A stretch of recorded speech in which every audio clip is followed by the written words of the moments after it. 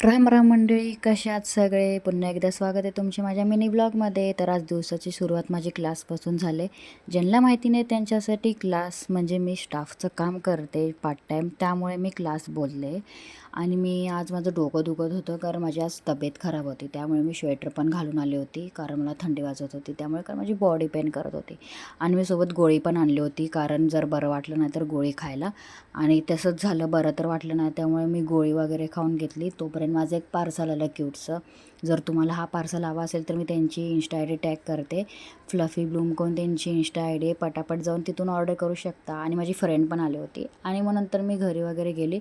मस्त इथं चीज पराठा बनवला होता मम्मीने आलूचा, त्यामुळे मस्त पराठा वगैरे खाऊन वगैरे घेतलं सगळ्यात आधी. आणि मी झोपून गेली कारण हे बरं नव्हतं, त्यामुळे मस्त उठल्यावर बघते तर आज थोडं फ्रेश वाटत होतं कारण गोळी वगैरे खाल्ली होती. आणि मी सकाळी केस धुतले होते, त्यामुळे मी इथे सिरम लावत होती केसांना, जेणेकरून माझे केस फ्रीज होणार नाहीत. मस्त सिरम वगैरे लावलं, बघू शकता तुम्ही कसे मस्त दिसत आहेत केस सिरम वगैरे लावलं. आणि हा सिरम मी ऑफलाईन घेतला होता, एक्स्ट्राऑर्डिनरी रॉयल कंपनीचा होता. त्यानंतर जाऊन बघते तर आज मम्मी बाहेर गेली होती, मम्मी बाबा, त्यामुळे पटापट भांडी वगैरे घासली.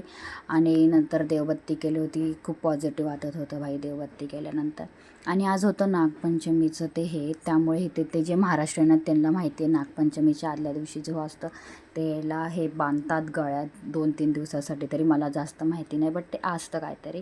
आणि आज माझ्या मम्मीने खूप काय काय बनवलं होतं कारण नागपंचमीचा काहीतरी उपवास होता, त्यामुळे धपाटे वगैरे ते सगळं खाऊन झाल्यावर इथे माझा भाऊ अभ्यास करत होता. आणि अभ्यास कमी आणि इथे टी व्ही जास्त ह्याची चालू होतं. चला जाऊ द्या, ह्याचं तर चालतच राहील.